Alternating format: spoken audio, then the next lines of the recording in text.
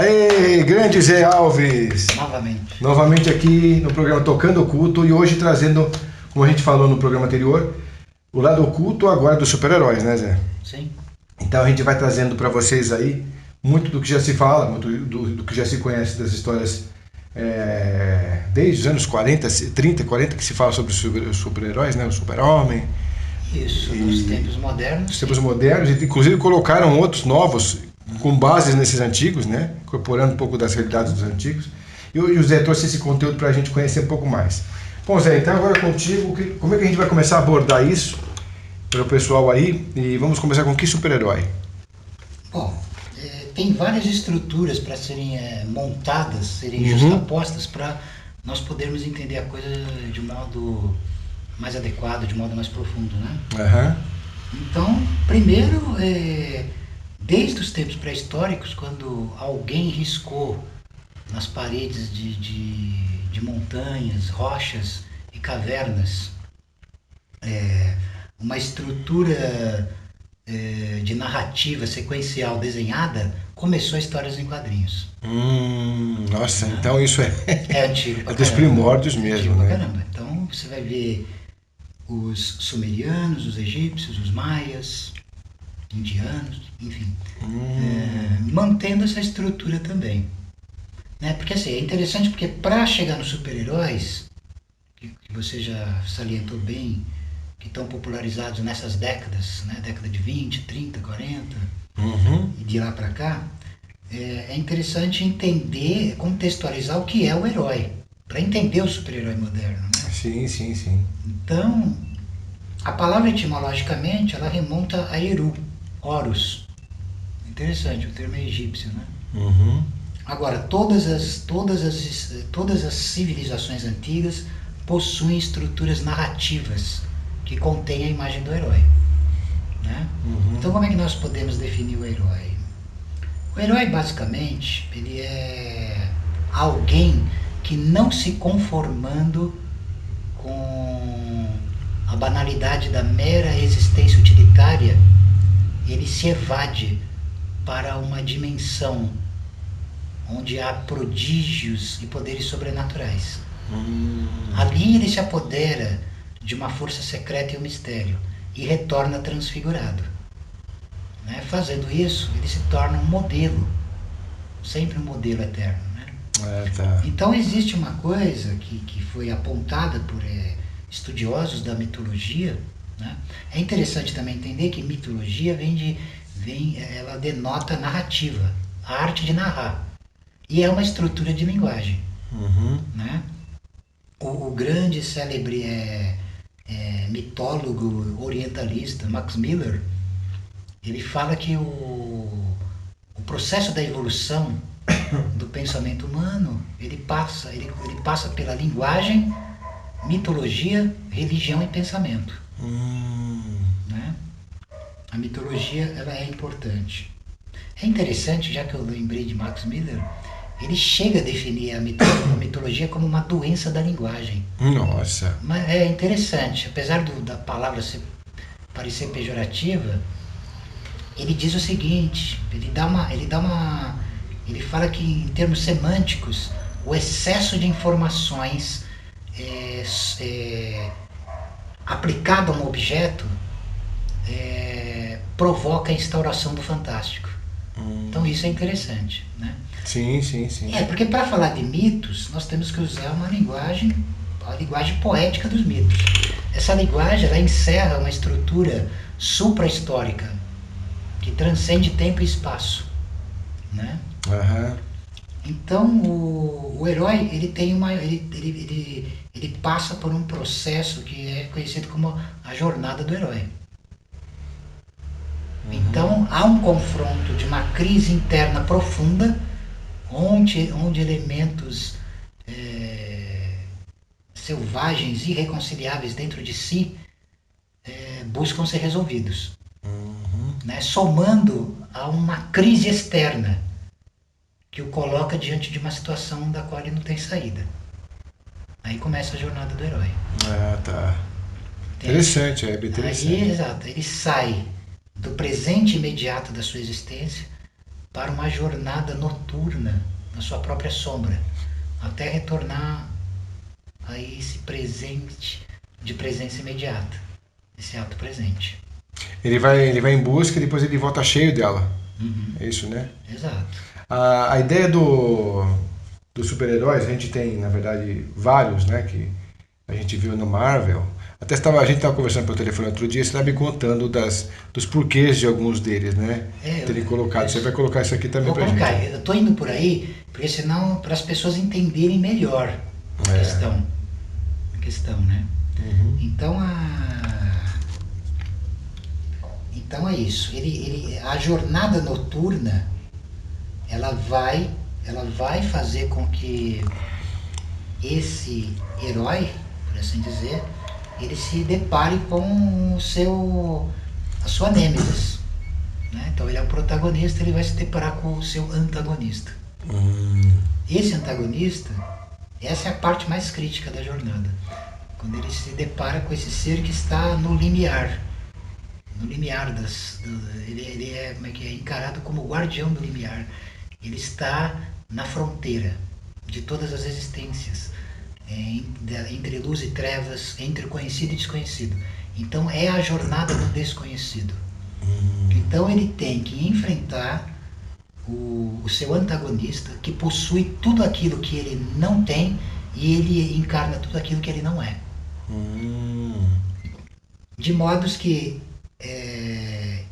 realizando esse combate e vencendo, ele conquista esses atributos para si. É como se os dois fossem duas faces da mesma moeda.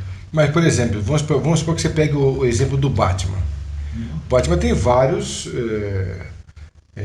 vilões para ele combater. Tem o Senhor Gelo, tem o Coringa, blá. Só que na hora que ele combate e vence, como é que ele faz essa incorporação dessas características que você fala? Porque eu não consegui enxergar aí. Então, peraí que nós vamos chegar lá. Primeiro eu estou colocando o herói no mundo clássico. O herói lá na origem. O que era o herói, por exemplo, no mundo grego, no mundo romano, no mundo das antigas civilizações, né? Ou o contexto original dele. Para poder chegar aí. Para chegar aí, vai acontecer uma série de transformações, inclusive na linguagem, inclusive na concepção do herói. E aí eu vou até mostrar essas armadilhas também, o que rolou. Eu vou chegar aí, pode ficar tranquilo. Legal. Eu vou pegar o Super-Homem, o Batman, todos esses heróis aí, Mulher Maravilha, esses heróis que são Hulk. emblemáticos, exato. Que são emblemáticos, né, E a gente tem bastante contexto, porque depois, se a gente for entrar, saindo dos super-heróis, entrar também nas séries, então aí que se fala, né? Então, Jornada das Estrelas, Guerra das Estrelas. Isso, então. Nessas épocas primordiais, o homem tinha contato com a linguagem num estado muito mais profundo e visceral do que hoje. Porque ele não era mediado só pela razão, né? Então ele tinha acesso aos mananciais mais puros, indomados e selvagens da existência, né? Porque era mais instintivo até, né? E não que não tivesse beleza e também não se formasse grandes obras estéticas de literatura e tudo mais. Como nós temos exemplos, você tem a Odisseia de Homero, você tem N obras antigas de autores que são clássicas, são eternas. Mas o tempo passou, o pensamento humano foi se modificando, né? Você vai passar... Naquela época mesmo, houve uma reviravolta histórica da mudança da época dessas grandes civilizações antigas para a época da civilização helênica, por conta das manobras, das conquistas militares e manobras geopolíticas do Alexandre o Grande, onde vai surgir o hermetismo, o gnosticismo. É aí que é o hermetismo, né? Vai surgir ali. Então é um momento em que, não que o pensamento das civilizações mais antigas, egípcia, sumeriana, né, babilônica, vão meramente desaparecer, mas vão se transformar para continuarem sob outra aparência, né? Isso aí vai chegar até a Idade Média, depois vem a ascensão do cristianismo, a Idade Média, a Renascença, até passar pelo Iluminismo, culminando com a Revolução Industrial, que também vai provocar uma mudança toda, né? As estruturas, as ferramentas e veículos de linguagem vão se modificando.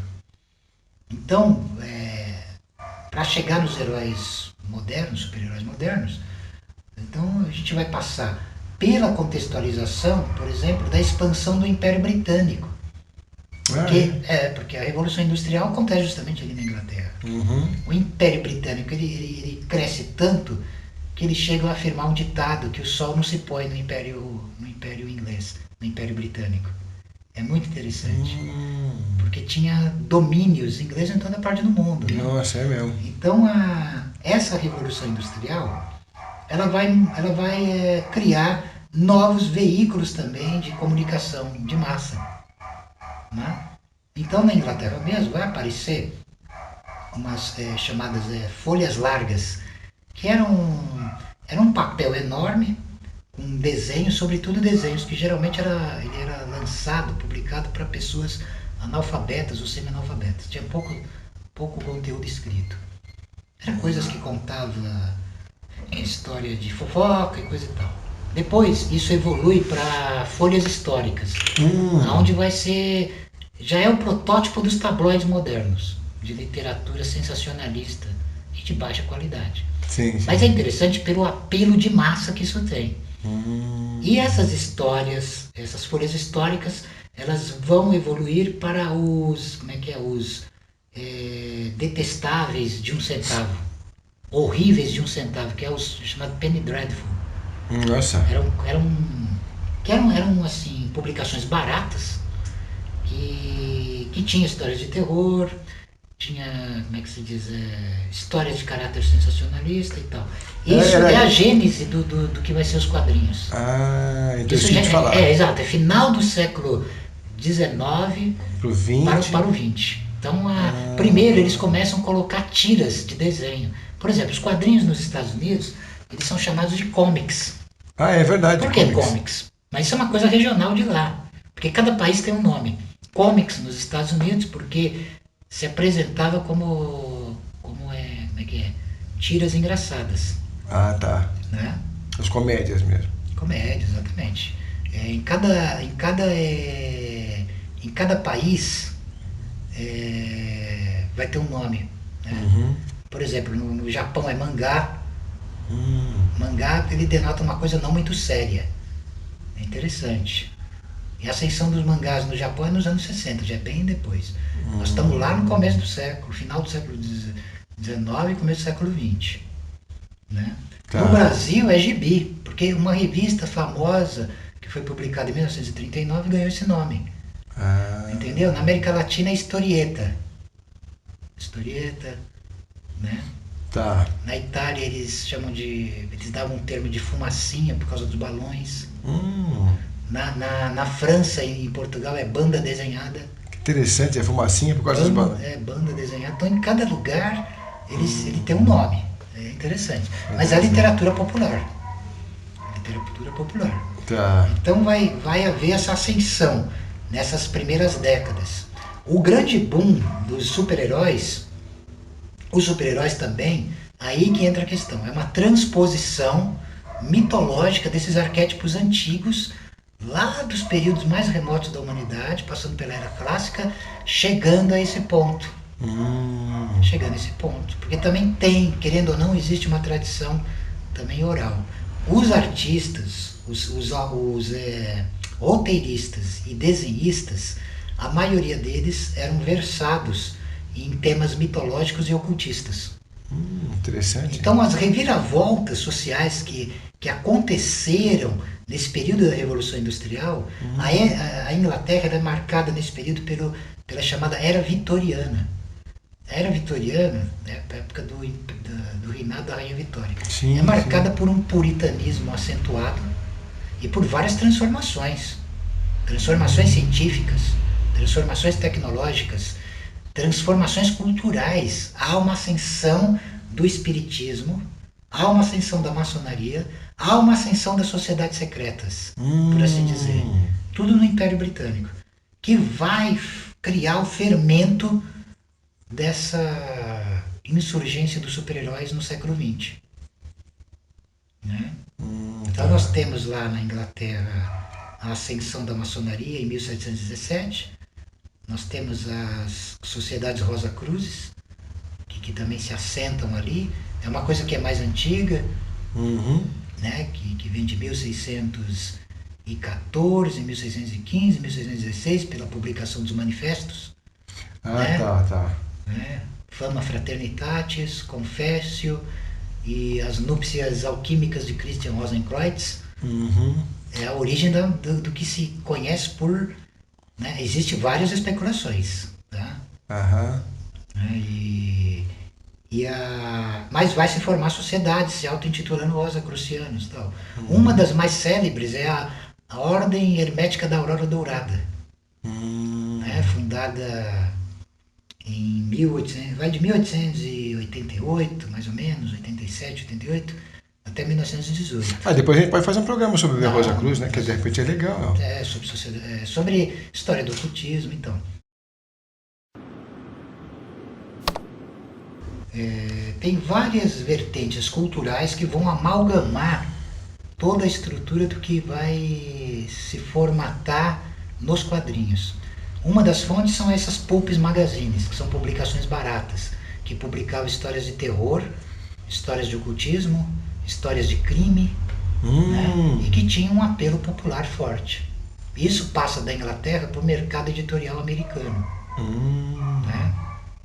Tudo isso que eu estou falando se dá basicamente no âmbito do mundo anglo-saxão, do mundo de língua inglesa, do Império Britânico e da ex-colônia deles, que é os Estados Unidos.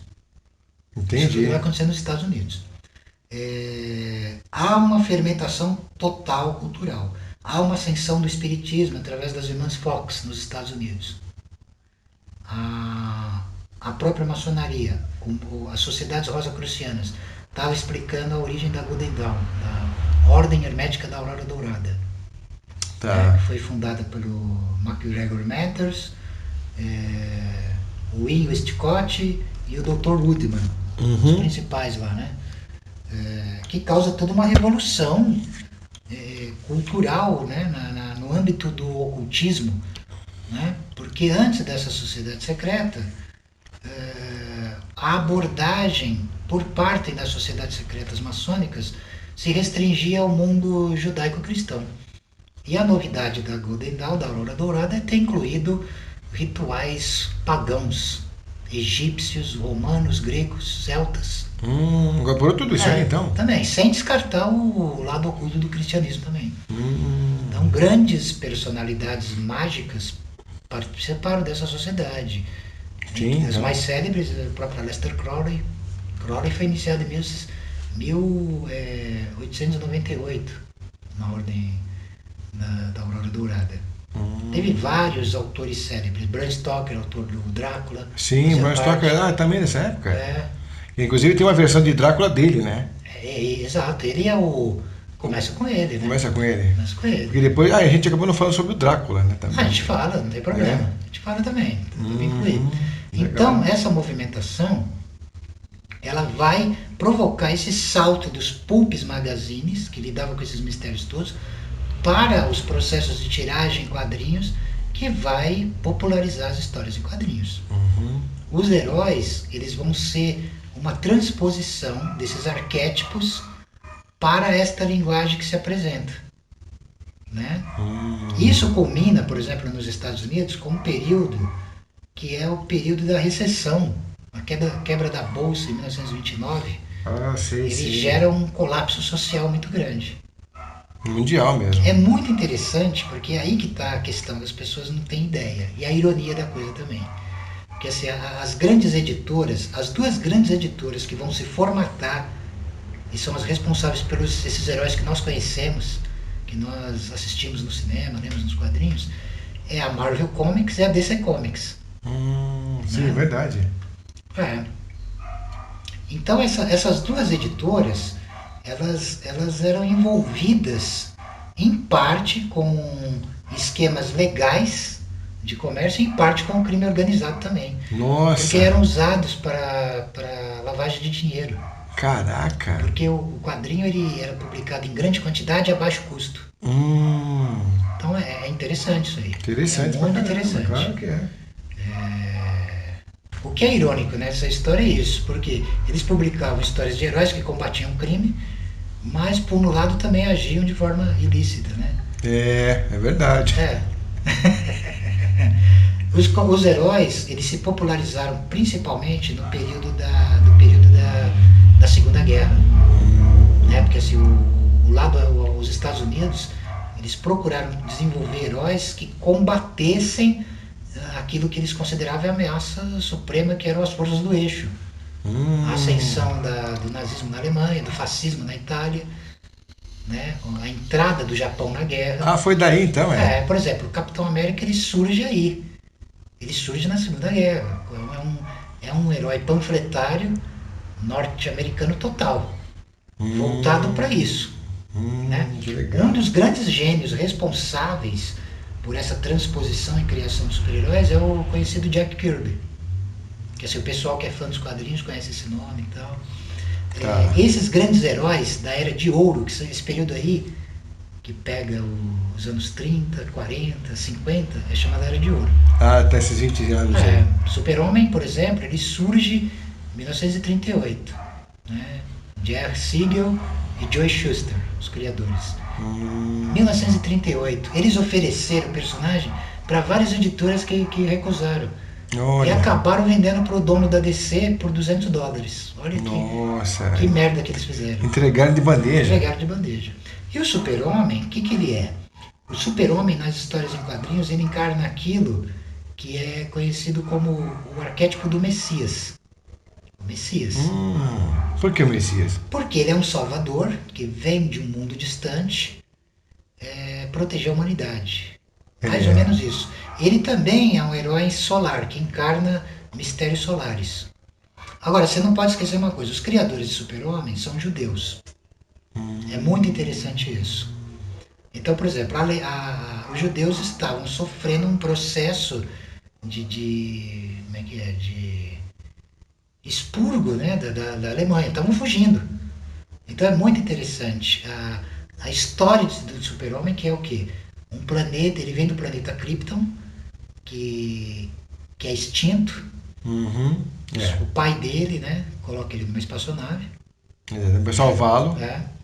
Jor-El, Kar-El, os nomes parecem hebraicos, olha que interessante. O El sempre tem o final de anjo, o nome de anjo é com El. Exato. Lembra aquela história de colocar o Moisés no cesto? É mesmo, é verdade. É verdade. É parecido. É parecido. Tem esse lado. Ele também encarna a ideia do Messias cristão também, porque é um Deus solar. Por exemplo, ele pode ser comparado ao Pai Celestial que mandou Cristo para a Terra. Sim.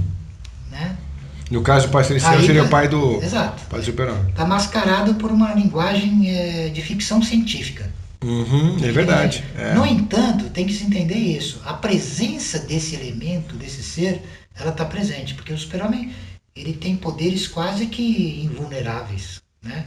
Ele vem de um planeta que é vermelho e sob a luz do nosso Sol amarelo, ele fica super forte. Ele ganha poderes. Homem de ferro, vira Homem de Ferro. Homem de aço. Homem de aço. Ele tem visão de raio-x, ele tem uma visão de calor que derrete as coisas. E é incrível. A força, exatamente. E a única coisa que pode destruir ele é a chamada Kryptonita. E os inimigos que vêm do mesmo planeta lá dele, né? O General Zod, que vieram da Zona Fantasma, né? Na história original eles são banidos por uma Zona Fantasma. Também tem um supercomputador chamado Brainiac. É uma inteligência artificial que vem do planeta dele, vive perseguindo ele. Engraçado que já naquela época já tinha essa visão desses computadores, essa coisa tecnológica aí, né? Brainiac. É muito louco mesmo. Ele tem... Então é interessante, assim, por quê? Eu estou falando isso porque o modelo do Super-Homem vai servir para outros modelos de heróis messiânicos, Messias, por exemplo, Capitão Marvel. O Capitão Marvel, ele é o pioneiro, então. Ele é o pioneiro. Mas o Capitão Marvel, ele é criado pela editora concorrente para fazer frente ao Super-Homem. exatamente. Então, isso é interessante, porque assim, existem esses motivos, mas nós não podemos deixar de entender que uma força também invisível está atuando e trazendo esses arquétipos à tona.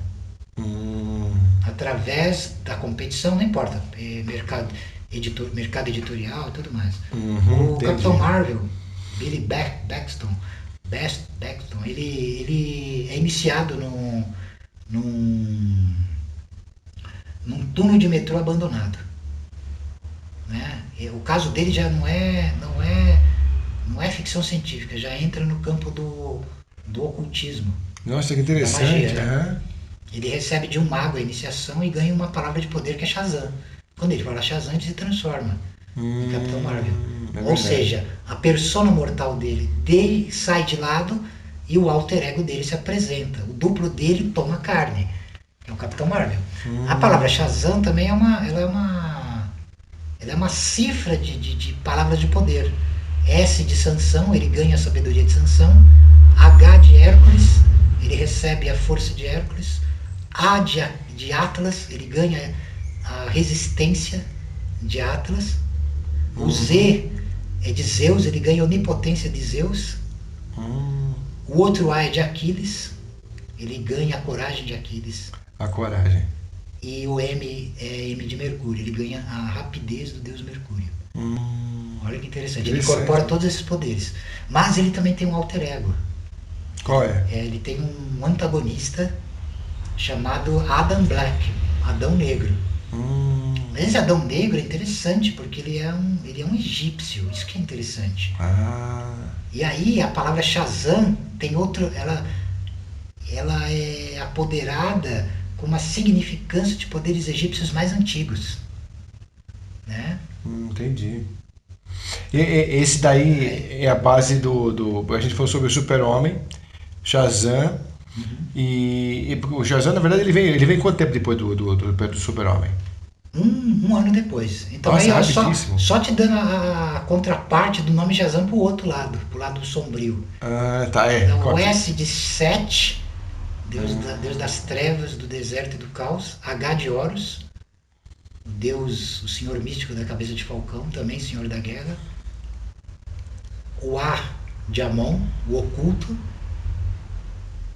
O Z de Zeut, que é o próprio Thoth, o deus da magia. Né? O A de Atum, que é o ser e o não ser que gerou o universo. Nossa, a simbologia é muito forte. E o M Mehen, que é uma serpente terrível, guardadora de mistérios terríveis do submundo.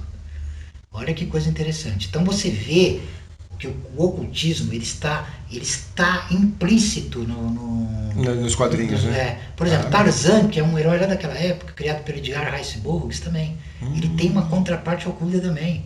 Que legal. Tem uma parte que ele vai para uma terra distante, ele se defronta com remanescentes egípcios. E ele passa por uma iniciação. E eles reconhecem ele como o avatar do deus Thoth. Olha que coisa louca. Caramba! E ele é submetido a uma prova onde ele consegue o despertar do poder das esferas sagradas, dos atavismos. Olha que coisa interessante. Então, assim, todos eles têm um vínculo, quando você vai olhar. Um vínculo forte com o mundo do ocultismo. Tem mesmo, é verdade. Então, assim, esses seres de grande magnitude de poder, eles vão estar,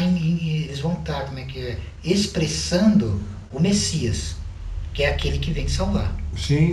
Tá. O Batman, ele encarna um outro arquétipo. Ele foi criado também no finalzinho dos anos 30 também. É bem perto dos outros também, pelo Bob Kane. E ele basicamente encarna o mito do Golem. Mas o que vem a ser o Golem? O Golem ele é uma lenda judaica, né, que se tornou célebre pela narrativa da lenda de que o Rabino Loev, no gueto de Praga, ele constrói um ser de barro, né, para proteger o gueto dos ataques de de cristãos hostis à comunidade judaica. Então ele grava uma palavra chamada Emet na testa do Golem e dá vida a ele. Quando o Golem começa a se rebelar contra o seu próprio mestre, ele elimina a primeira letra e fica só a palavra Met, que significa morte. E ele é reduzido ao pó. Então o Batman, por exemplo, ele é um personagem justiceiro. E ele foi, acho que, um dos mais sofridos, né? Então, por essa complicação, porque ele tem os pais assassinados por um bandido quando eles estão saindo do cinema, ele adquire um trauma incurável. E é por isso que ele vai assumir esse alter ego do Batman, do morcego, e virar um vigilante noturno. E por que foi escolhido o morcego propriamente dito na série? Não podia escolher outro animal? É que assim, o Bob Kane ele teve influências de outros heróis, de outros personagens, então foi havendo uma justaposição. Uma justaposição. Né? Talvez porque talvez a ideia de juntar a noite, exato, porque o morcego, a noite, a coisa... porque o Batman, ele passa a ser, a partir do Frank Miller, ele passa a ser conhecido como o Cavaleiro das Trevas. Então. É aí que ele ganha. Aliás, é uma minissérie que também é clássica na história dos quadrinhos, publicada pelo Frank Miller, né? Nos anos 40? Não, anos 80. Então é só nos anos 80 que veio essa série. É uma minissérie, eu lembro, eu cheguei a ler também, é bacana. E então, assim, você vai ver outros personagens também, golems, justiceiros, né? Que estão no mesmo esquema do Batman. Foram sendo criados muitos heróis, centenas deles. Inclusive o Batman acho que é um dos que tem uma variedade interessante, né, de vilões que vivem se repetindo no cenário, né? Não é uma coisa assim, um acontecimento apenas pura e simplesmente depois vem um outro diferente, não. Os personagens se repetem, né, muitas vezes. É interessante porque assim, os personagens do Batman invariavelmente são loucos. São seres assim, insanos. Você tem o Coringa, o Homem de Gelo. Coringa, aqui, duas caras, né, o Espantalho. O Homem do Gelo, lembra? Exato. Até teve aquela série dos anos 60. Foi famosíssima. Que já era uma coisa que era levado mais pro lado hollywoodiano, jocoso, meio gozação, mas que também não deixa de ser um clássico. Apresentava pelo menos os vilões estereotipados, né? Sim. E o Batman, ele também é louco, assim, ele não é diferente dos caras que ele combate. E aí que tá aquela coisa da equivalência. Então, mas eu não entendi por que o Robin entra na história. Porque assim, no começo, as histórias do Batman, ele, no começo mesmo, lá nos anos 40, era um personagem seminário. Ele matava, era barra pesada. Os quadrinhos nessa época são barra pesada. Aí o Robin foi uma forma de amenizar a coisa. E de trazer um público adolescente para consumir. Né? Depois ele também é eliminado. Como a gente já falou nas histórias infantis, que foi amenizando para também ser consumido e absorvido pelo público infantil, eles também não foi diferente. Né? Porque assim, exato, que aí tem um tal de Frederick Wertham, psiquiatra de origem alemã. Ele começa através dos pacientes dele, ele começa a fazer uma associação dos quadrinhos com violência, e ele move uma campanha de censura. Nossa. Isso atinge o Senado e aí o negócio é feio. Eles são obrigados, os editores são obrigados a se reunir e criar um método, um meio deles mesmos de censura para poder reformular e lançar. E aí a coisa perde aquele... Aí é o fim da Era de Ouro. Entendi. Aí que acaba, cara. Mas essa reformulação, ela acaba provocando, ela acaba forçando os roteiristas e desenhistas a extrair o máximo de si em termos de imaginação. Aí os heróis, eles reaparecem, ou novos heróis aparecem, e os antigos reaparecem já sem aquela conotação mais ou menos oculta e já se inserindo no mundo de ficção científica. E aí começa a Era de Prata. Aí surge Homem-Aranha, surge X-Men, Né? Então é interessante, voltando um pouquinho lá no passado, que eu esqueci de comentar, em 1871, Edward Bauer Lytton, Sir Edward Bauer Lytton, ele publica um livro chamado A Raça Futura. Né? E é um texto de ficção científica, mas que tem uma carga oculta muito forte, muito profunda, a ponto de ter influenciado sociedades secretas. Caramba. A própria sociedade Vril surgiu mediante o estudo desse livro, desse trabalho. Caramba. Porque, embora seja um livro de ficção científica, ele contém chaves arcanas, secretas, para aqueles que são capazes de ler e decifrar, né? e decifrar. Mas aí o que acontece? Nesse livro ele apresenta uma raça superior chamada de Vrilya. Os Vrilya, eles se refugiaram na entranha da Terra, que tem uma sociedade infinitamente superior à humana. E Nossa. biologicamente eles também são superiores. E têm poderes mentais terríveis. Né? E, inclusive tem uma profecia, uma passagem no meio do livro, que eles comentam que vai chegar um momento em que eles vão dominar a superfície, vão vir à superfície, exterminar as raças e tomar conta do planeta inteiro. Isso está no livro. Então, esse é a gênese. Eu estou falando desse livro porque esse livro ele é a gênese de todos os personagens que aparecem com poderes paranormais nas histórias de quadrinhos depois. Então, por exemplo, o X-Men ele tem uma influência direta desse livro, pra você ter uma ideia.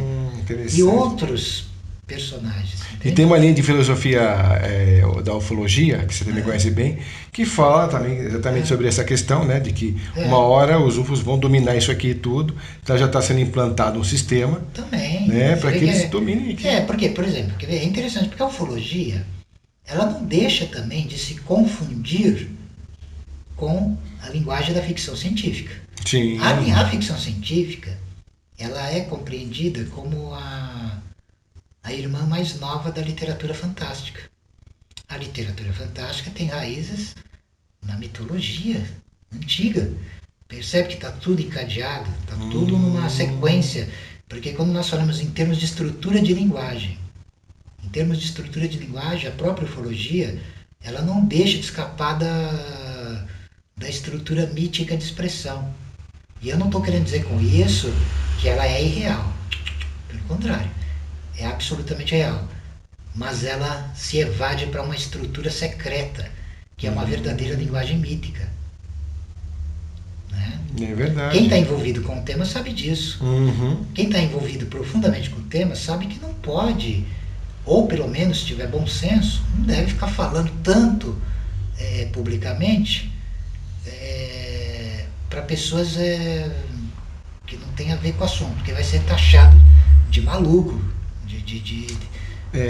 às vezes o próprio meio que já é dessa história já é meio colocado para... Exato, porque não tem, porque assim, por exemplo, estruturas de linguagem como ocultismo e ufologia atrai todo tipo de neurótico, todo tipo de pessoa confusa mentalmente parece que vai se atrair também. Tem um imã que atrai. É interessante isso, é verdade. Porque a psique dele já está abalada.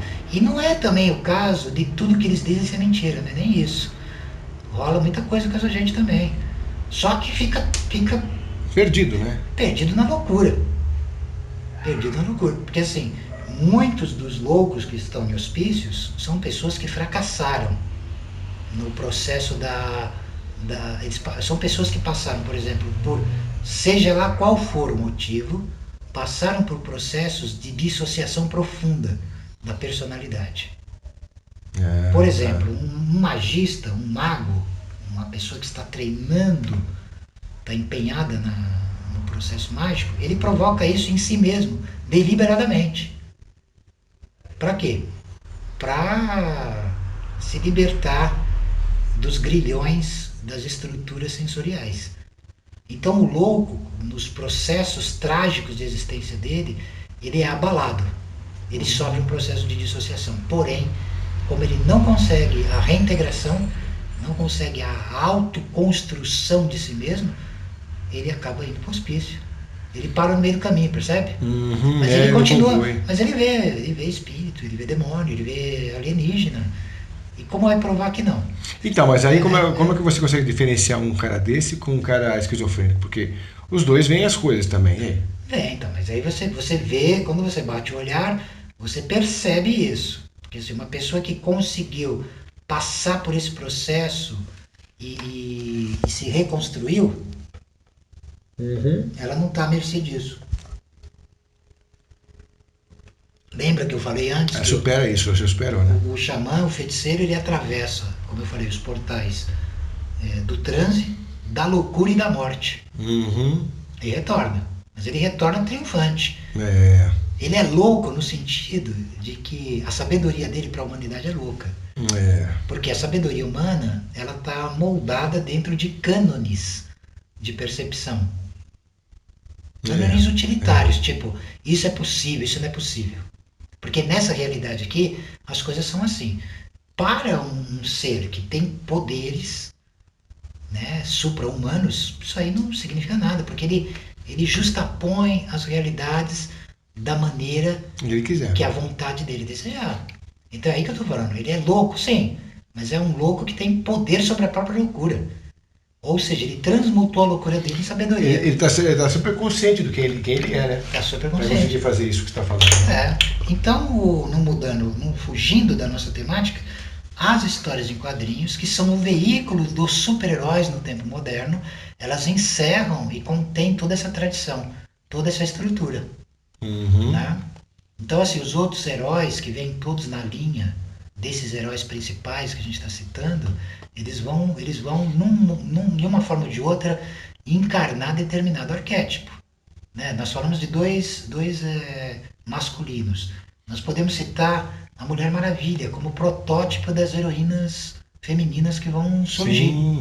Né? Mulher Maravilha, ela surge, o criador dela era um psiquiatra e romancista chamado William Moulton Marston. Só que o nome que ele deu não era Mulher Maravilha. No começo ele queria chamar ela de A Suprema.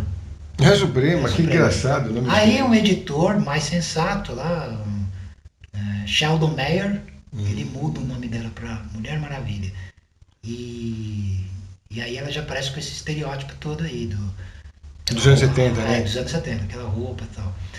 Então, mas o que acontece? Mas todas muito sensuais, né? Shortinho pequeno. Mas assim, a ideia é porque assim, o que está por trás da Mulher Maravilha? Nós vimos que o Super-Homem, os autores eram judeus, com toda uma carga de história, né? Enfim, trágica. O próprio Jack Kirby era judeu. Né? Então eles incorporaram toda uma vivência deles nos quadrinhos, experiências e tal. Mulher Maravilha não é diferente, mas é em outro sentido. Esse William Moulton Marston, ele era um ativista feminista, ele tinha umas ideias, e ele quis meio que implantar essas ideias através da criação desse personagem. Ele tinha algumas preferências sexuais pessoais, onde ele achava que a mulher tinha que dominar o homem, esse tipo de coisa. Dominatrix, então. Dominatrix, então ele misturou essas obsessões, esses fetiches pessoais, masoquistas dele. Por quê? Mas ele projetou isso em termos sociais. Ele achava que o homem encarnava o poder de Marte e a mulher o poder de Vênus, de Afrodite e tal, e que um governo matriarcal seria melhor. Né? Coisa que é infundado, não tem a ver. Porque ele não está levando em consideração que os impulsos de violência são atavismos muito mais primitivos. Muito mais primitivo. E transcende gênero também, tem essa. É verdade. Tudo bem que até concordo que o arquétipo masculino, ele é voltado para a questão marcial. É próprio do gênero masculino. Fazer isso, né? E você também não pode reprimir, porque isso aí dá merda. Já tá dando merda. Tá dando merda. Eles estão querendo criar homens que não são masculinos. Como é que fica? É verdade. Isso é uma desgraça para a sociedade. Sim. Então tem isso. Por trás da criação tinha isso. Porque ela era uma amazona, né? Esse último filme, ela inclusive, mostra de isso. Hipólita, ela nasce do barro, ela também é um golem. Nesse sentido, porque ela também serve como um personagem que está ali para proteger uma determinada comunidade. Inclusive mostra isso nesse filme recente da Mulher Maravilha. Então, isso vai estar ali, se você for esmiuçar, Tá ali, entendeu? Entendi. Esses arquétipos, né? As cores da roupa dela tem algum sentido, alguma simbologia? Tem a ver com os valores americanos, igual o Super-Homem. É, porque tem as mesmas cores, né? As cores da Azul, bandeira vermelho, americana. amarelo, é. E eles defendem o establishment americano. É aí que está uma diferença também da questão do herói moderno para o herói verdadeiro, o herói no sentido clássico. Sim. Porque assim, o herói, como nós estávamos discutindo, ele se empenha numa jornada de iniciação que é profundamente visceral. Profundamente visceral e sem retorno. Já a concepção moderna do super-herói, ela tem uma diferença bastante desagradável. Por quê? Porque esse herói, ele traz também uma carga, eu não vou dizer que isso é o tempo todo, mas assim, no geral, eles têm uma armadilha, digamos, demiúrgica, de prender a humanidade num dado comportamento. Num dado comportamento servil e como é que é? Acomodado. Então, assim, esse tipo de herói, ele tá ali defendendo o chamado establishment. A manutenção de um sistema de valores. Não a transcendência deles. Não a transcendência deles. Você pode ver, por exemplo, presta atenção quando você vê desenho animado, ou filme de cinema, ou mesmo os quadrinhos. Você vê, por exemplo, esses seres titânicos, por assim dizer, com poderes, até devastando cidades. E a humanidade, o que ela é ali? Ela é um mero como é que é? Coadjuvante. Na verdade, a humanidade não tem absolutamente força nenhuma de combater nada daquilo, ou apitar alguma coisa. Exato, porque o modelo antigo de herói, eles são modelos de incorporação, de poder, de força, de êxtase. E tem alguns, inclusive, personagens. E tem alguns personagens, inclusive, que são muito notórios nisso daí. Por exemplo, você pega o Thor. É um clássico. Também, né? então, também. Ele também é interessante, porque é um deus, né? E é uma transposição da mitologia nórdica. Aí isso é outra história. Por exemplo, Jack Kirby, Stan Lee. Eles vão trazer tem uma releitura nisso. É claro que você pode, logicamente, buscar o veio disso e ir no nível mais profundo.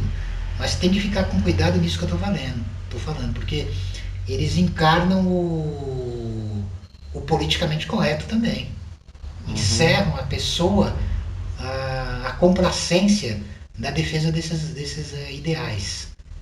Que se a pessoa quiser mergulhar mais profundamente nos abismos de si mesmo, vai ter que enfrentar e superar também. É verdade, Tem isso também, né? Então, o processo todo ele vai indo por esse caminho, por essas vertentes, né? A gente teve muitas histórias. Você acha que você conseguiu definir um pouco mais Thor, ou tem mais alguma coisa do Thor que você quer falar? O Thor, assim, no começo, o Stan Lee, ele recebia muitas cartas de sugestões na Marvel. Esse personagem é da Marvel. E aí ele falou, bom, como está tendo muitas cartas, vai ter saída, porque você tem que entender o mercado editorial. Sim. Se não tem saída, não tem como, né? Ele tem que se sustentar com dinheiro. Lógico. Então ele pegou, mas eles eram também muito imaginativos. Então pegaram e recriaram aquilo no universo dos quadrinhos. Né? Deram uma certa roupagem, né? Enfatizaram mais algum aspecto e deixaram outros. Com o passar do tempo, eu percebo que eles foram enfatizando mais e aproximando os mitos mais para o original da mitologia. Né? No começo tinha uma roupagem. O próprio Thor, ele é um personagem chamado Don Blake, ele tem uma bengala, ele bate a bengala e se transforma no poderoso Thor. Não é bengala, é martelo. Eu sei, não, mas como mortal, ele assume um alter ego que não existe na mitologia nórdica. Ele assume o nome de Don Blake e ele usa uma bengala. Quando ele bate essa bengala, ela se transforma num martelo e ele vira o Thor. Ele larga a roupagem mortal e assume... É um deus, né? Virou um deus. Exato. Então, eles criaram, por exemplo, Steve Ditko, esses artistas, eles criaram toda uma concepção de ficção científica mesmo. Eles descrevem Asgard como se fosse uma coisa espacial. Coisa que você vê num dos filmes que eles fizeram recentemente. Inclusive é interessante você ver a oposição do irmão com ele, que são duas forças antagônicas, né? Exatamente. O pai que acaba sendo né, não tem muito o que fazer com a briga dos dois filhos e tal. Exato, porque o Loki realmente ele é uma encarnação, né, que é de um, ele é um demônio, o demônio, né, na própria concepção nórdica. Embora no original ele é um ser ambíguo, ao mesmo tempo que ele coloca os deuses em enrascada, ele também resolve os problemas dos deuses. Ele tem isso. Ele tem um pacto de sangue com o próprio Odin. Embora no final dos tempos cada um vai para o seu lado. No Ragnarok eles vão lutar em lados opostos, né? No final dos tempos. Tá. Então é interessante porque, você vê, de qualquer maneira, muitas pessoas tiveram acesso à mitologia nórdica através dos quadrinhos. Sim, é verdade. Por exemplo, o próprio Neil Gaiman, que é um grande autor também de quadrinhos e de livros de literatura fantástica, ele publicou aí recentemente um livro de mitologia nórdica, onde ele fala que é a mitologia preferida dele e tudo mais. E ele fala isso, ele fala, olha, foi graças aos quadrinhos, ele falou que eu mergulhei nisso, eu fui atrás e aí fui beber nas fontes. Então você vê que interessante, né? Pois é. É. Ela serve para... Você vai encontrar vários exemplos disso, você vai encontrar... Por exemplo, você tinha comentado do Drácula, que ele também foi adaptado para quadrinhos. Eu mesmo cheguei a ler muitas revistas de Drácula pela antiga Abril Cultural, pela Ebal também, né? É até uma editora extinta, né? E é interessante porque vinha histórias quadrinizadas, adaptações, ou adaptações do romance do Bram Stoker, e vinha também matérias de filmes de terror e literatura de terror, né? Então ali você ia conhecendo muita coisa, os atores, os grandes atores de filmes de terror, Christopher Lee, Bela Lugosi. Bela Lugosi foi o primeiro ator que interpretou Drácula no cinema e no teatro também. E foram diferentes, né? Algumas versões do Drácula, né? Tem. Qual que é a mais famosa? É do Bram Stoker?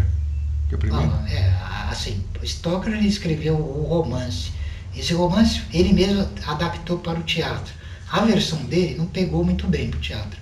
Mas um amigo dele, Gene Hamilton, que era ligado ao teatro, ele fez, com a permissão da viúva, o Bram Stoker já estava morto. Ele fez uma excelente adaptação para o teatro. Essa adaptação foi filmada para o cinema. Tanto no teatro foi escolhido Bela Lugosi, e no cinema também. A primeira versão de 1931. Nossa. Do Drácula. Porque assim, tem uma versão que é o Nosferatu, que é um plágio do Drácula.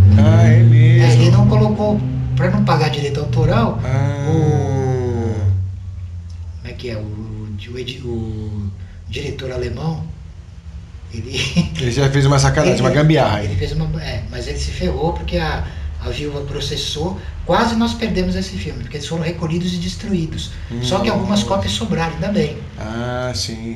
Então, mas é um plágio, né? Então a versão oficial é de 1931 com Bela Lugosi. Tá. Ele, que é o arquétipo, se tornou o protótipo do vampiro, né? Então também foi quadrinizado, também foi levado para os quadrinhos, teve sucesso. Eu lembro que na minha infância eu li muito também. Aqui no Brasil fizeram uma versão de uma novela chamada Um Homem Muito Especial. Com Rubens de Falco. Rubens de Falco, você lembra? Putz, pouca gente conhece isso, hein? É verdade. Eu lembro disso. As pessoas que quiserem depois dar uma olhada nisso Será que acha? Porque eu acho que teve até um problema, né? Porque acho que passou durante um tempo na Tupi. A Tupi parece que foi a falência, depois continuou. Na Tupi tinha um outro nome. Depois veio para Bandeirantes, continuando com Um Homem Muito Especial. Eu lembro até que o tema dessa novela era o tema musical era com a Fafá de Belém, que era uma música muito bonita. Que ela colocou. Ele é um grande ator, né? O Rubens de Falco foi ótimo. O Rubens de Falco ele se celebrizou como o protótipo do vilão, né? Nas novelas. Exatamente. Nas novelas, nos filmes. Exatamente, Então foi interessante essa história aí da gente relembrar. E a gente acabou interrompendo um pouco o teu o teu histórico da tua linha do tempo, porque você estava falando sobre a linha do tempo, começando pelo Super-Homem. Eu te interrompi com essa história toda. Aí nós fomos pro Batman, pra Mulher Maravilha. Nós saltamos da Era de Ouro, recapitulando, que eu falei da censura que foi imposta pelo Frederick Wertham. Aí eles são obrigados a se reformular. Aí é interessante, porque eles usam a criatividade. E aí retorna. Aos poucos, eles mesmo vão... Essa censura vai também enfraquecendo e vai caindo, né? E aí aparecem personagens como Homem-Aranha, Lanterna Verde, os X-Men. Né? Então, por exemplo... O Hulk, não. O Hulk tem uma história interessante, né? Porque já tem a ver com um pouco dessa coisa da ficção científica, né? Que o cara acaba sendo absorvido por uma... ele tem um livro famoso e também tem alguns filmes adaptados. O Médico e o Monstro. Tem. Dr. Hyde, Dr. Jekyll é o médico, e ele se transforma no Dr. Hyde.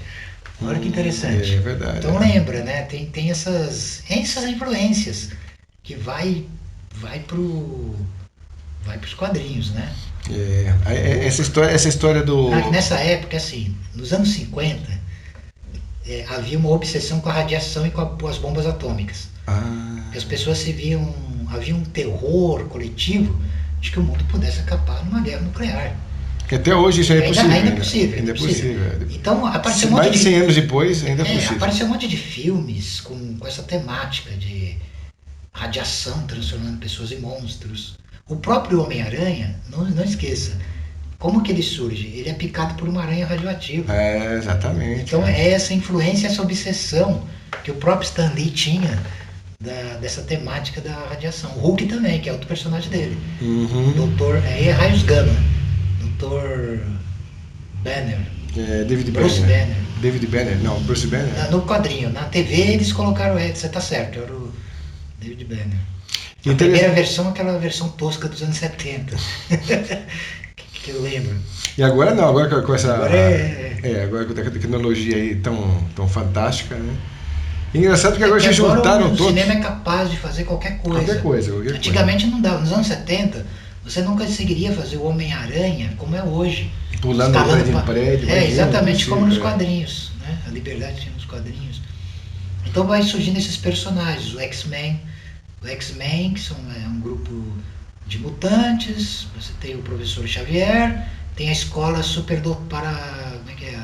para crianças, alunos superdotados. Né? Na época, os X-Men eles foram criados nos anos 60. Nos anos 60, os Estados Unidos tinha luta pelos direitos civis, essa coisa. E ela é transportada para o universo dos mutantes. Os mutantes são discriminados. Então. Eles são perseguidos e tal, né?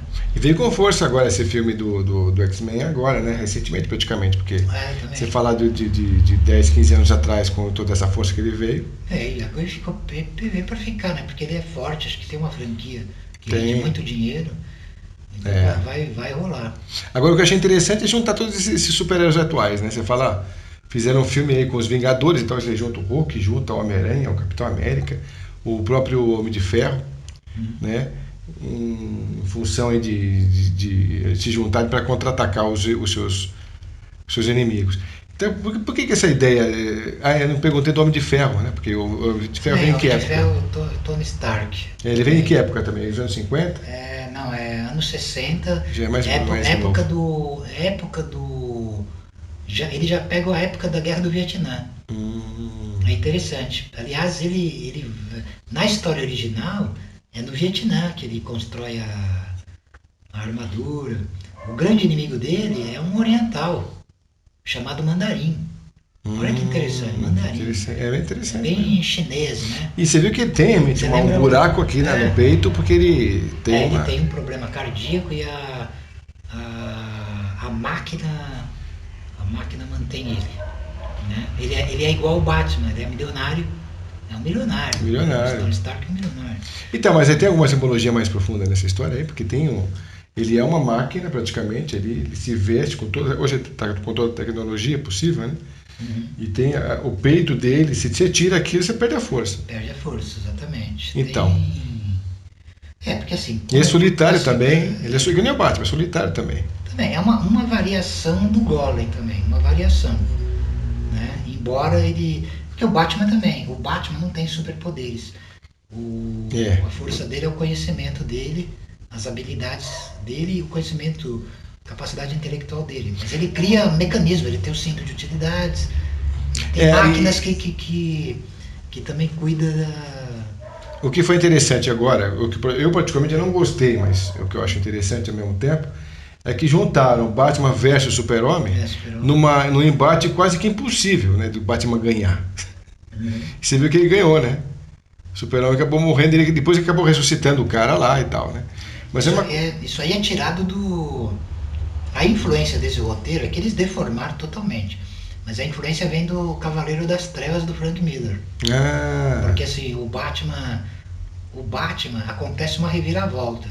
No Cavaleiro das Trevas original, tá? Isso não foi pro cinema. Tá. Ele já tá cinquentão, tá meio que de lado.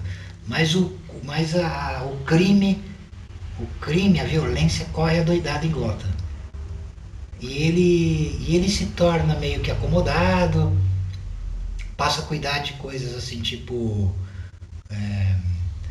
assim, ele vive para filantropia, para ajudar causas sociais e tal.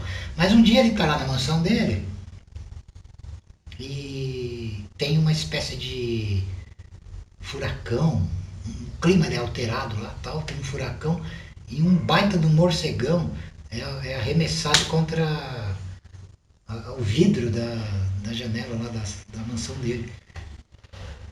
E aí? Aí acontece, ele encara isso como um sinal. E é um sinal. O morcegão lá, entra, ele se levanta da cadeira, se veste de Batman e sai para combater o crime. Só que aí volta aquele Batman lá, radical dos anos 40. Isso ainda foi contado, né? Ele sai arregaçando. Até acusaram o Frank Miller de fascista por causa disso aí. Porque ele pega pesado. E aí, pra conter ele, o governo americano chama o Super-Homem. Aí tem uma guerra mesmo entre eles. Isso de quando que é, Zé? Isso é anos 80. E esse não foi contado no cinema? Não, infelizmente não. Deveria colocar. Hoje caberia bem no cinema isso aí. Essa história seria bem mais legal. Inclusive, faria mais sentido hoje você ter esse Procurando, retorno. você acha até na internet, que tem muito gibi disponível. Muito quadrinho, graphic novel, que esses livros eram tudo graphic, né?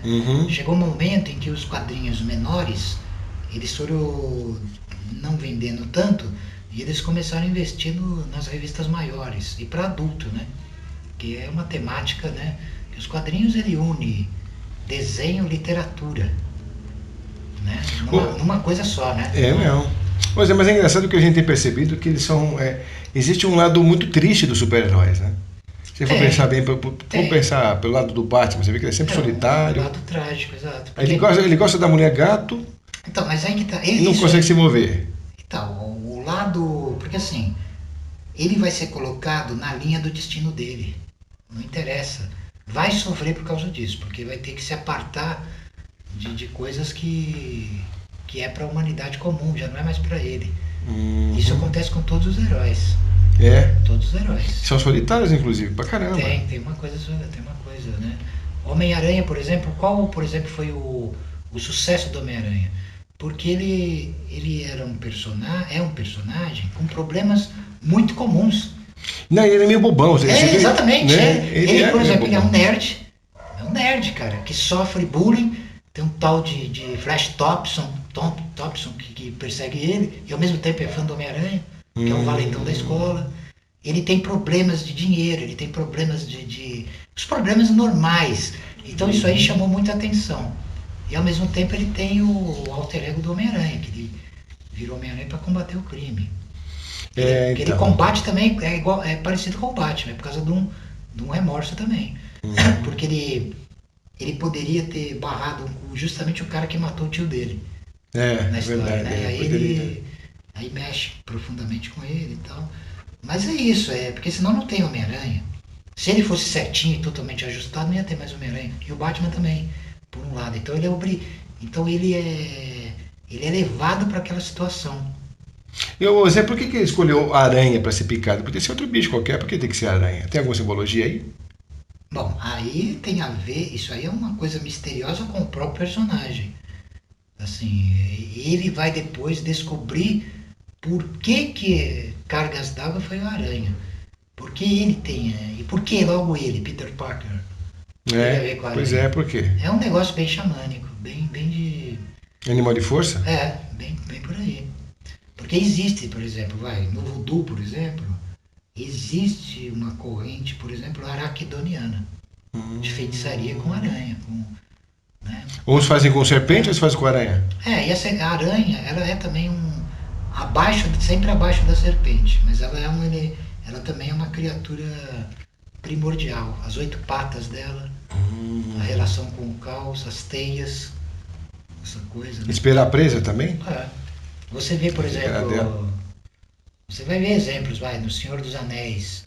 Eles têm que enfrentar uma aranha gigante para ir para Mordor. Tem. No Harry Potter também. Tem sim. Então ela tá sempre ali também no Tá no inconsciente coletivo, né, esses bichos, né? Tá. Que aterrorizam mesmo, né? Porque sempre você vê areias gigantes, cobras gigantes, né? Você vê as anacondas lá dos filmes das anacondas. Filmes catástrofe. Né? Sempre tem esses bichões aí se tornando a grande ameaça, né? Agora a gente vai dar uma pequena pausa pra gente tomar mais uma aguinha, Zé, e a gente vai voltar com você falando aí. Dá pra gente continuar com os super-heróis também só com os japoneses, não?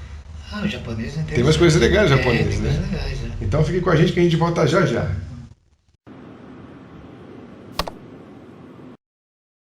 Bom, pessoal, voltando então com o nosso amigo José Alves, trazendo então um pouco mais dessa história pra gente aí dos super-heróis. Só que agora a gente vai pro Japão, né, Zé? Vamos falar um pouco sobre os super-heróis japoneses, porque a gente não podia esquecer também. A gente falou dos americanos e tal, que são muito conhecidos até hoje, mas os japoneses teve uma época muito forte, né, deles atuando aqui, que a gente, por ser contemporâneo, assistimos muito nos anos 70 e anos 80. Sim. Até anos 90 isso ainda acontecia, né? E a gente lembra deles, do Ultraman, do Ultra Seven. Antes deles, o National Kid. National Kid, então. E qual a relação deles que você pode trazer pra gente aí, que tem alguma coisa a acrescentar nesse contexto? Também, quando você olha, por exemplo, pegando esses personagens da família Ultra, por assim dizer, né? Ultraman, Ultra Seven. Ultra Seven, exato. Eles é o herói solar, tipicamente. E o Spectraman também. Também. Embora ele não seja do mesmo criador. O Spectraman. Ele tá na mesma categoria, mas é outro. Tá. É outro.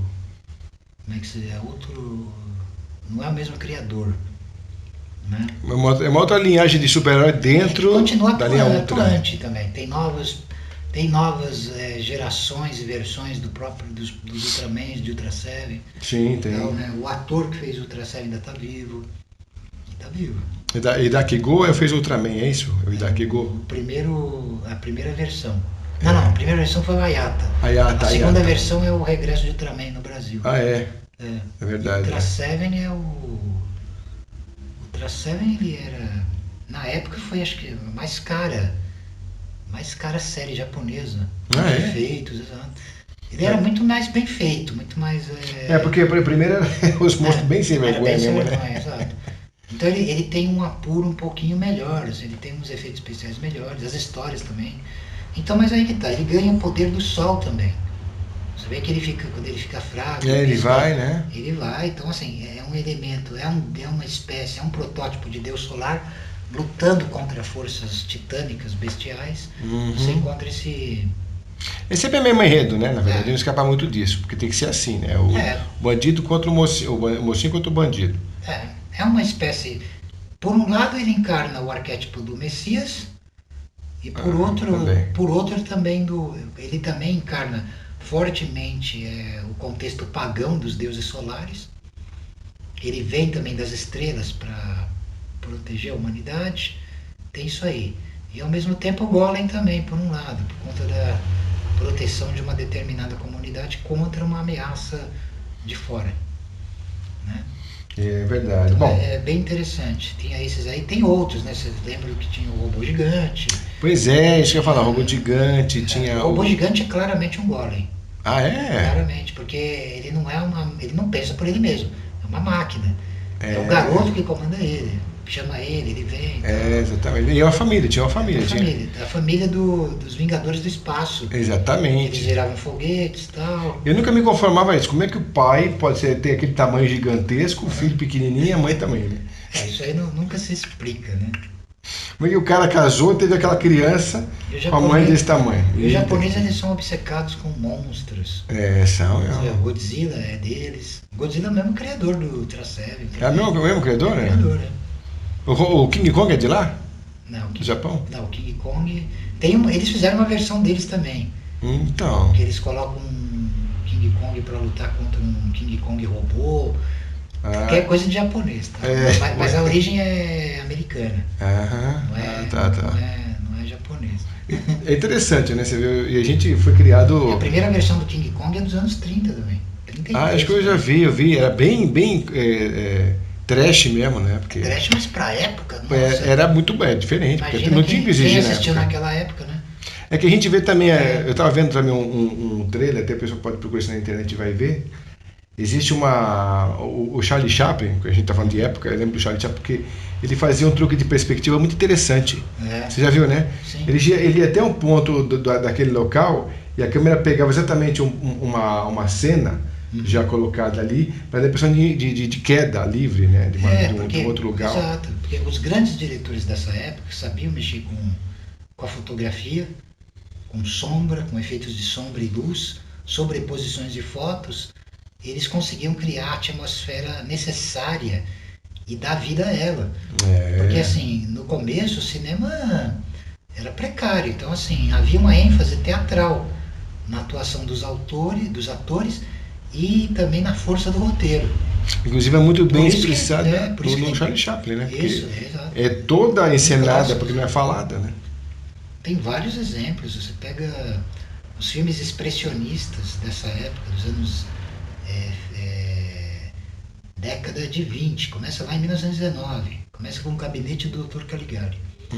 E vai indo. Nossa, aquilo ali é considerado o primeiro filme de terror da história. Nossa, é mesmo? É muito interessante. Caraca! Então, como eles conseguiam fazer obras-primas com recurso nenhum. Eles conseguiam. E aí que está o segredo da arte, né? E o século XX ele foi marcado pelo cinema, pelos quadrinhos, pelo cinema e pelo rock, pelo rock and roll. É verdade. Agora eu vou te fazer uma pergunta que a gente já conversou isso pelo telefone, que eu acho interessante a gente colocar para o internauta. Onde entra toda essa coisa, esse mistério do Clube Bilderberg aí? Para quem não sabe, né, depois o pessoal pode dar uma olhada lá, sobre aquele clube de milionários, né, no mundo que é uma religião secreta. É que assim, as mais variadas teorias de conspiração, o que pode inserir aí, no caso, é a utilização desses meios de comunicação de massa para o controle da mente, né? Para o controle dos hábitos. Porque isso é feito através do cinema, é feito através dos quadrinhos. É claro que os quadrinhos não é só isso, mas não podemos também ignorar que esses veículos de comunicação de massa são usados sim para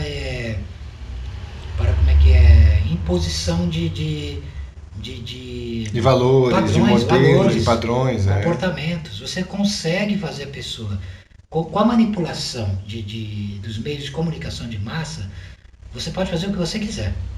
Você pode convencer as pessoas da coisa mais absurda. Coisa mais absurda pode ser convencida. Sim. Né? Eu não duvido nada que eles não sejam capazes de, por exemplo, provar que a pedofilia é uma coisa normal. Pode. Aqui já se tentou falar sobre isso. Se você bombardear, e você vai demolindo, você vai, dissociando e invertendo, você prova o que você quer, cara. Exatamente. Não, isso já tem partido fazendo aqui no Brasil, já sabem disso. Exato. Então, assim, não é de duvidar. Então, porque para muita gente que não sabe o que é Clube Bilderberg, é porque a gente esclarecendo para eles lá, né? Que é uma reunião secreta já dos bilionários do mundo, não é isso? Das famílias tradicionais, 300 famílias e tal. Que é um lugar muito secreto, que as pessoas já tentaram até fazer livros deles lá, né? Se infiltraram no local para escrever, para falar sobre isso e tal. Mas que também não tem um fim muito bom, né? É meio perigoso você mexer com coisas que vão além do seu... né? Mas são eles que também podem manipular, por isso que a gente está conversando nesse assunto. Eles podem jogar isso. Existe uma sobreposição, porque, por exemplo, na cabeça desses caras que mexem com dinheiro, são eles que estão no topo da coisa. Por quê? É fácil eles pensarem isso, porque eles não veem. Mas não tem nada em cima de nós. Ele pode pensar isso numa determinada situação. Não estou dizendo exatamente que seja isso, estou falando que é essa possibilidade. Mas existem forças que estão para além da compreensão humana. Por exemplo, é fácil você entender o seguinte: eles governam, mas não são eles que dominam. Tem uma diferença grande entre isso. É verdade. Governar é administrar, fazer as coisas funcionarem. Não é muito mais fácil para vamos pegar um exemplo aí. Pega um Ford, por exemplo, um empresário que nem o Ford, muito rico. Ele podia deixar pessoas competentes administrando o império dele. Mas ele não tem essa confiança a esse ponto. Eu sei, mas é possível também. Sim. Você não precisa estar ali, embora, lógico, você, de uma maneira ou de outra, você vai estar atento com a coisa. Mas é isso que eu estou querendo dizer, há governos, mas o governo não quer dizer que o governo realmente ele manda. O presidente dos Estados Unidos ele não manda nos Estados Unidos. A gente sabe, ele é só um funcionário. A gente sabe que quem manda é o grande capital. A gente viu, parece que até a gente já entrevistou aqui no programa mesmo, gente que fala sobre ufologia, que fala, né? Até o próprio nosso amigo Maldonado fala sobre isso também. Eles têm só até o 6º grau de controle. E são 36 ao todo, imagina 30 graus para cima, eles não sabem nem o que acontece. Não tem ideia nenhuma, né? Até nas sociedades secretas tem isso também. Inclusive, a gente está falando sobre esse Clube Bilderberg, que as pessoas parecem que se conseguissem entrar mais a fundo, parecia conto de fada, né? Conto de fada não, coisa assim, de filme de ficção científica. E aí, até aí que ela se vela. Porque é tão fantástico que a pessoa, ela, no estado de choque, sem perceber, ela nem não se importa. Falar, não, isso aí não... Isso não é verdade, né? É tão fora da minha existência habitual que não... Isso é quadrinho, isso não é verdade, isso é quadrinho, é comics, né? E aí acaba se velando, acaba se fechando. Você quer expor um pouco mais desse conteúdo para o pessoal ou você acha que é bom a gente não entrar nesse assunto? Do Bilderberg? Já que a gente está falando sobre ele, muita gente que está com curiosidade de saber, porque isso não se fala muito por aí, né? Mas assim, não tem muito o que acrescentar no sentido de que uma corporação econômica... Tem material até escrito aí por teóricos da conspiração e tudo mais, mas assim, são superestruturas, são justaposições, entendeu? Não é um erro achar que a coisa para por aí. Então, aí que é o lance, Exato. A questão vai nesse ponto que você falou, de inteligências que estão para além da capacidade de compreensão humana. E que na verdade não são só humanas, inclusive. Não são só humanas, mas assim, e a humanidade, como ela tem o hábito de categorizar, ela vai colocar, são bons, são maus, são vilões, não sei o quê e tal. Porque é jogo da polaridade, a gente está intrínseco no jogo, né? Sim. Então não tem como você não rebater em cima disso. Você vai, é o mocinho ou o bandido, né? Sempre vai pensar sobre isso, né? Ou sei lá, se achar, por exemplo, a humanidade pode se achar tão abaixo de qualquer nível. E não, a coisa não é bem assim, ela é um pouco mais complexa, né? Porque o mais baixo, o mais alto também se manifesta no mais baixo. O mais baixo também atinge o mais alto. Então, só que o mais baixo não consegue entrar na categoria do mais alto pela impossibilidade do próprio ser, né? Exato, mas tem seres de magnitude, de poder imenso que estão imiscuídos no meio da humanidade. Sim, sem dúvida. Sem ninguém perceber. E não precisam nem se declarar quem são, porque eles por si só já deixam o seu recado aí. Então é interessante porque o pessoal fala, não, mas o que tem? Tem grandes empresários, são todos só da área comercial, área de negócios, são só banqueiros, né? São grandes empresas. Do que se trata esse negócio, né? Aí a gente conversando aqui, até você colocou também para mim, quer dizer, existem inteligências que não são nem humanas no meio do processo. Só que tá, né? Esse contar um pouco dessa história, parece que já dá um filme aí. Você dá uma história de filme, né? É que tá, essas histórias, elas até escapam em ficção. Só que isso, não passa Não pode passar. na cabeça das pessoas não passa de... Ainda tem uma coisa também, por exemplo, a própria noção de história, de historicidade, ela já é, como é que é? Já é manipulada. Assim, as pessoas já aprendem uma coisa condicionadas a aceitar isso cegamente. Uhum. Por exemplo, não vai conseguir ir além da estrutura do que o ensino oficial passa, em termos de condicionamentos sensoriais. Aí, para lidar com isso, vai ter que mexer com vertentes que estão à margem do saber oficial. Uhum. Até teve alguns poucos historiadores que conseguiram quebrar isso, mas eles também são marginalizados. Eles também não são tão citados nas universidades nem nada. Alguns que mostraram, por exemplo, formas de raciocinar processos não lineares de historicidade. Então, mas aí... Tem grandes autores, eu posso citar dois, pelo menos, o próprio Shivara de Lubitsch, grande egiptólogo, e o Oswald Spengler, por exemplo. Mas eles não são... Pelo contrário, eles fazem por onde descartar eles. Falar, não, isso não interessa. não interessa, ignorando como se aquilo como se fosse absurdo e tal. Você, já que a gente está falando sobre filme também, depois a gente... Porque, por exemplo, nós estamos falando disso, mas estamos usando, por exemplo, buscando usar uma linguagem diferenciada.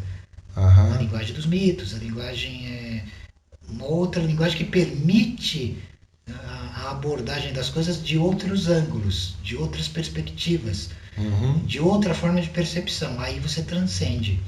Você consegue enxergar coisas que antes não enxergaria. É verdade. Né? Você tem alguma coisa que você gostaria de indicar para o público que beira o fantástico, mas na verdade, com um conceito maravilhoso que as pessoas deviam se atentar a eles? Como é que é? Desculpa. Não, tem algum filme, alguma série que você gostaria de deixar indicado para o pessoal?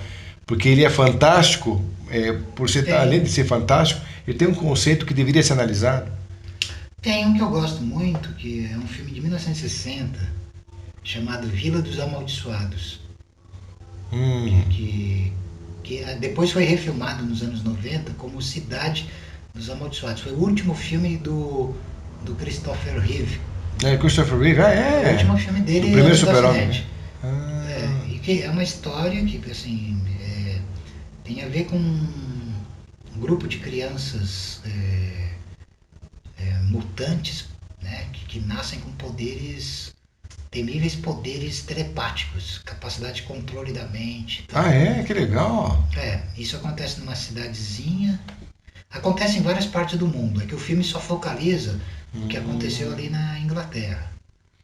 A gente também ficou sabendo que existem umas crianças aí nos dias de hoje que já têm esses poderes reais, inclusive. Sim, é que hoje tem eu considero uma baboseira essa coisa de criança índico. Né? Tem muita gente que fala... porque assim, é uma forma de tentar domesticar uma coisa que está além desse entendimento aí. Tá além, e remete aquilo ao livro do Bauer Lytton, da raça vindoura, raça futura e tal, que ele fala dos Vrivia e tudo mais. Tá. Esse filme, com certeza, ele tem uma influência forte no Bauer Lytton, e é muito bem feito. É um deles, né? Tem muitos filmes. Cidade da Sombra, você tinha indicado também que era legal, né? Esse eu sempre indico. Ele é difícil achar também. Acho que na internet o pessoal encontra no YouTube. Na internet mesmo é difícil achar. Como é que é? O ator, o diretor, porque tem vários nomes com esse título. Vários filmes com esse título. Esse que eu tô falando, o diretor chama Alex Proyas. Alex Proyas. Ele é um diretor egípcio. Apesar do nome grego, ele é egípcio. Né? Interessante, né? É muito interessante a temática. É curioso que nos anos... na mesma época que saiu Matrix, o primeiro Matrix. Que inclusive o Matrix final dos anos 90. Inclusive o Matrix é um filme que a gente podia fazer um dia aqui, um momento só para isso. É a reflexão dos filmes, porque o Matrix tem muitos arquétipos, muitas simbologias. Sim, e apesar desse nosso pequeno intervalo, entre aspas, nós vamos voltar aos temas profundos de magia. Eu quero falar sobre magia do caos. Fazer um excelente programa Que é legal, o pessoal deve estar É esperando. legal porque aí eu pego já o que já foi dito antes e já vou abrindo caminho para o que eu vou dizer mais para frente. Uhum. Nós combinamos de falar sobre, por exemplo, magia árabe. O pessoal estou perguntando no canal sobre isso. Eu vou abordar, nós não vamos deixar de lado a temática anterior que eu abordei também da bruxaria. Uhum. Tudo isso vai ser aprofundado, né? Então, Legal. de uma maneira Bacana. que eu traga informação que não está basicamente à disposição aí. Que é o mais legal até, É né? mais Porque você legal. está trazendo exclusivamente pra gente aqui. Sim, sim. Então, eu perguntei sobre o filme para você, porque a gente viu recentemente. Esse Matrix, na minha opinião, é uma obra de arte. Em todos os sentidos, né? Porque eles revolucionaram, inclusive, os efeitos especiais. Eles revolucionaram a própria forma de condicionar o ser humano, a própria máquina, a Matrix, Isso, que é a vivência espetacular da gente aqui, né? Então, e na mesma época saiu Cidade das Sombras, saiu o Show de Truman com o... Ah, sim, tem o show de Truman também, né? que é interessante que ele também questiona a realidade. É E verdade, o outro que é é o verdade. 13º Andar. Esse é pouco conhecido, mas é um grupo de cientistas que consegue uma espécie de viagem no tempo, mas se projetando para corpos do passado. Nossa, que legal. Nossa, você vai gostar, interessante. 13º andar. 13º Andar. Você lembra do nome do autor? Eu não lembro o nome do diretor. Do diretor? Eu lembro só que a versão brasileira é essa, mas eu posso ver em casa e te repassar. Tá, não, também. tá ótimo. Vai ser interessante mesmo. Ele é bem interessante. A gente também teve recentemente, até um pouco mais pra frente do que esse, a própria filme do Lucy, por exemplo, né? Esse daí eu tenho em casa, é muito bom. É legal pra caramba, né? Que a Lucy ela acaba se tornando todo, no final das contas. Né? Ela alcança Faz parte o do nível todo. máximo da... Que é o que acontece, né? Você acaba transcendendo a bolha do eu, né? Quando você vê aquela escada, a antiga analogia sobre a escada de Jacó, sobre a ascendência que o ser humano tem até atingir o topo, né? Sim, sim. Você vê isso no próprio filme, né? Na analogia, né? Você vê. tornando graduada, até se tornar o todo, né?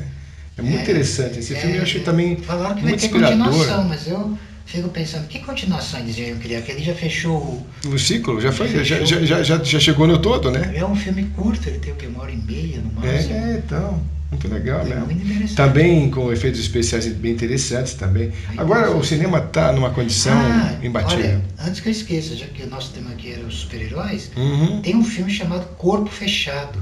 Ah, É com o Bruce Willis e o Samuel L. Jackson. Sim. É muito interessante. Ele faz alguma analogia a algum tipo de super-herói? Faz assim. Não aparece citado nenhum super-herói conhecido.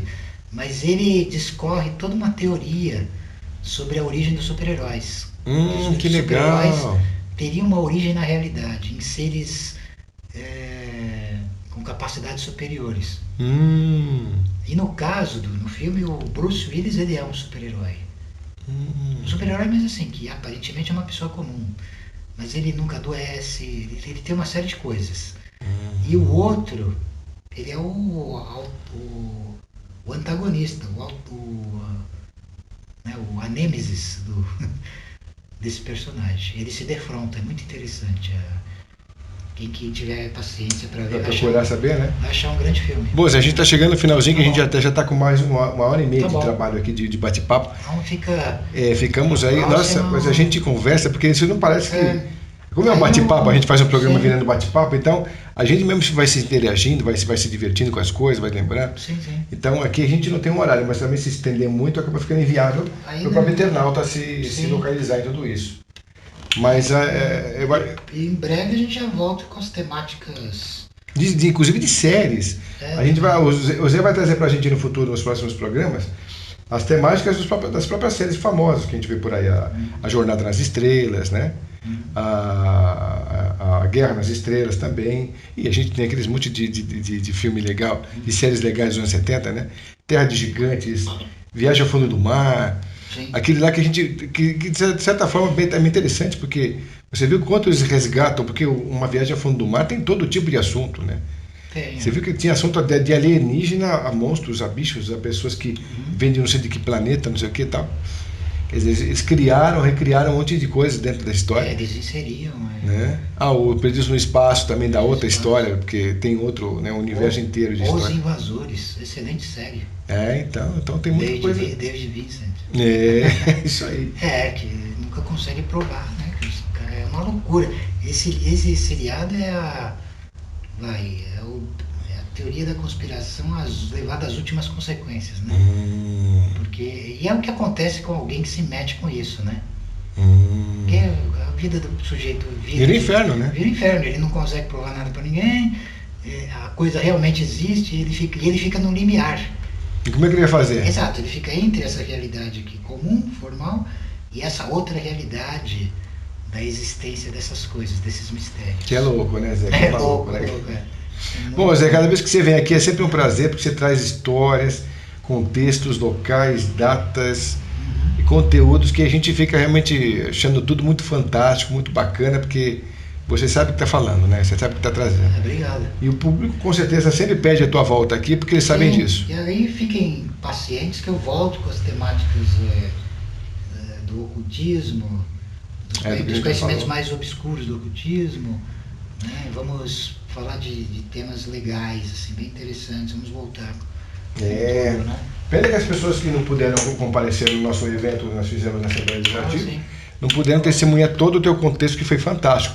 Mas a gente vai deixar depois também esse contexto já no canal, né, disponível. A gente está preparando esse material ainda. Nós podemos retomar também aspectos que não foram colocados lá, e a gente faz um externo maior aqui, né? Trazer para as pessoas que não tiveram acesso. Também. É isso aí.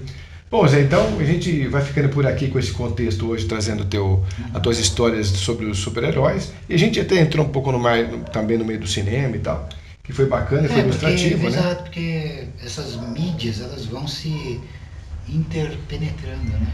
O cinema, ele tem uma relação muito forte com o quadrinho. Já nos storyboards, que são, por exemplo, os desenhos que eles fazem do enredo do filme, já está ali implícito uma coisa de quadrinho. E o quadrinho, quando você olha ele, você também transforma ele num filme na sua cabeça. Exatamente. E aí que tá. Então tem uma relação. Para a gente encerrar esse momento nosso, eu vou fazer essa pergunta para você. Existe, então, exatamente nessas criações todas, vários universos paralelos, assim que se faz esses tipos de filmes, essas séries? Existe mesmo um mundo que é do Super-Homem, um mundo que é do Batman, universos paralelos onde se vive tudo isso? Bom, aí, tudo bem, eu posso até ser um pouco ousado, ou até muito visionário no que eu vou falar, mas aí eu vou dar uma opinião pessoal, tá? Claro. Ninguém é obrigado também, logicamente, a acreditar nisso. Mas assim, a questão é a seguinte, eu vou falar de uma perspectiva mágica, tá? Tá. Porque assim, pela razão, obviamente, as coisas são enquadradas, cada coisa no seu lugar, né? A visão simplista, não. Na visão, sim, uma visão usual, daquele que é mediado apenas pelas percepções comuns, ordinárias. Agora, voltando até a explanações antigas minhas aqui mesmo, eu cheguei a comentar isso algumas vezes, que para o magos, para o feiticeiro, né, há uma abolição da barreira que separa ficção de realidade. Ele só é isso por quanto ele consiga criar essa aniquilação, destruir a barreira que separa um do outro, né? E aí ele pode não só testemunhar a realidade da ficção, como a ficção da realidade. Ele provoca as duas coisas. Ele é capaz. Se você consegue abolir isso, e isso é através de um processo de descondicionamento muito radical, muito intenso, né? Você consegue entender que esses mundos existem. Eles existem. Eles são criações próprias. Sim, eu pergunto isso para você porque é o seguinte, mesmo não sendo um mago nem nada, você vê que as pessoas elas absorvem aquele conteúdo, elas vibram com aquele conteúdo, elas compram, elas têm um fetiche com visuais iguais, com o personagem, com roupas, elas gostam da história. Pô, basta você ver na nossa dramaturgia, quando se fez algumas novelas, que as pessoas paravam em frente da televisão para ficar curtindo, para ver como é que, o que usava de moda. Ah, é verdade, é verdade. História, aquele é o mundo delas também. Também, interage, entendeu? Embora a pessoa não esteja plenamente consciente do que eu estou falando. O que eu estou falando implica, por exemplo, no ato de você despertar dentro do sonho. Quando você desperta dentro do sonho, é interessante, porque assim, quando você não desperta... Você sabe o que está sonhando, né? Você quer dizer, né? Você não só sabe como você consegue manejar as imagens do sonho. Eu já Ou fiz seja, isso algumas vezes. você opera magia dentro do sonho. Esse é uma das fases, inclusive, do aprendizado da coisa. Que louco. É uma das fases. Então, assim, você aprende a se mover no mundo onírico. E aquilo é real também. Que louco. É uma realidade própria. A segunda fase é você entender que isso aqui também é um sonho. Você começa a experimentar isso aqui em termos fluídicos, em termos oníricos e totalmente fluídicos. E aí você passa a ordenar isso aqui também. Aí que tá, isso é magia. Isso que é louco. Então, e aí que entra o que eu tô falando, a quebra, a ruptura de uma barreira que separe o possível do impossível, o real do irreal. Entende? Sim, muito bom. Isso é muito perigoso porque assim, você leva a coisa toda a uma espécie de zero absoluto, aonde a única definição de realidade vai ser você mesmo. E você vai ter que sustentá-las com a sua vontade. Então isso é perigoso, é terrível, não é para qualquer um. Por quê? Porque vai encarar terrores, o terror do próprio vácuo, do próprio vazio, né? Do zero absoluto. E outra, você vai ter que encarar a responsabilidade sobre tudo. Tá, só pra gente fechar então. Fechando é isso, assim, mas é fascinante. É fascinante, né? Você tem razão. Você vê muito, por exemplo, os fãs de animes se paramentando de personagens de mangás, de desenhos japoneses, interagindo. Não, agora, inclusive tem uma onda de cosplays muito forte, né? As pessoas se vestem de personagens para ficar brincando na rua e tal. Você vê que existe isso aí. As pessoas, elas na verdade, elas precisam do lúdico para viver a realidade, né? Sim. E mesmo que a realidade seja menos fantástica do que a própria fantasia, né? Exatamente. Porque as pessoas precisam, parece que, viver, se descondicionar, embora estejam super condicionadas e cada vez mais condicionadas nesse mundo virtual, né? Que aprisiona ainda mais elas numa realidade que não é Tem um grande autor de literatura fantástica, Arthur Machen, que ele diz que numa escala cósmica só o fantástico pode ser real. Mas você já repetiu isso aqui, é verdade. Eu gosto muito dessa... É bacana isso mesmo, essa frase é muito legal. Pode ser real. Bom, Zé, então, obrigado. Imagina, foi sempre um prazer. É sempre um grande prazer. Falar dos nossos assuntos aí de magia. Isso, você quer deixar algum recado pro pessoal aí para encerrar? É isso, fiquem tranquilos que nós vamos abordar. Eu pretendo fazer aqui uma explanação sobre magia do caos, sobre magia árabe, sobre temas que não são muito comentados, né? Não são muito habituais a gente encontrar na magia do internet. caos até vocês acham, mas assim, não da maneira que eu vou abordar. Vai ser uma coisa diferenciada. Se as pessoas quiserem também te encontrar, posso deixar aqui os e-mails, os seus contatos e tal. Pode. Porque muita gente quer saber de você para levar você para os locais, para fazer palestras.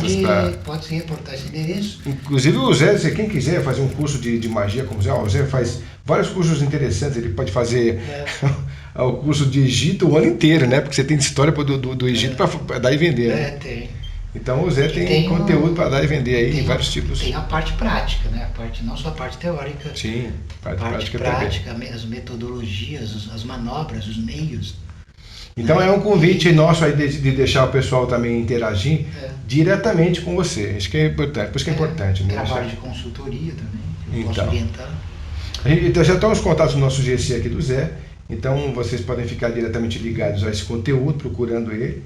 E procurando a gente, de repente, levá-lo nessas palestras no nível Brasil, né? Se vocês quiserem que tenha, durante a semana toda, aí uma abordagem diferenciada, né? Você pode falar sobre Egito, pode falar sobre magia, você pode falar sobre tudo isso que nós estamos conversando aqui, sobre a sociedade secreta, sobre os comics, quer dizer, dá para você fazer um roteiro com o Zé a semana toda de temas diferenciados. Tô vendendo sem, Zé. Obrigadão. Mas é sempre um prazer estar junto. Prazer é meu. A egrégora e a nossa energia é sempre muito positiva. Até breve. Isso aí. Bom, pessoal, então fiquem aqui com a gente para o próximo Tocando o Culto, que a gente vai trazer novos temas para vocês. Valeu!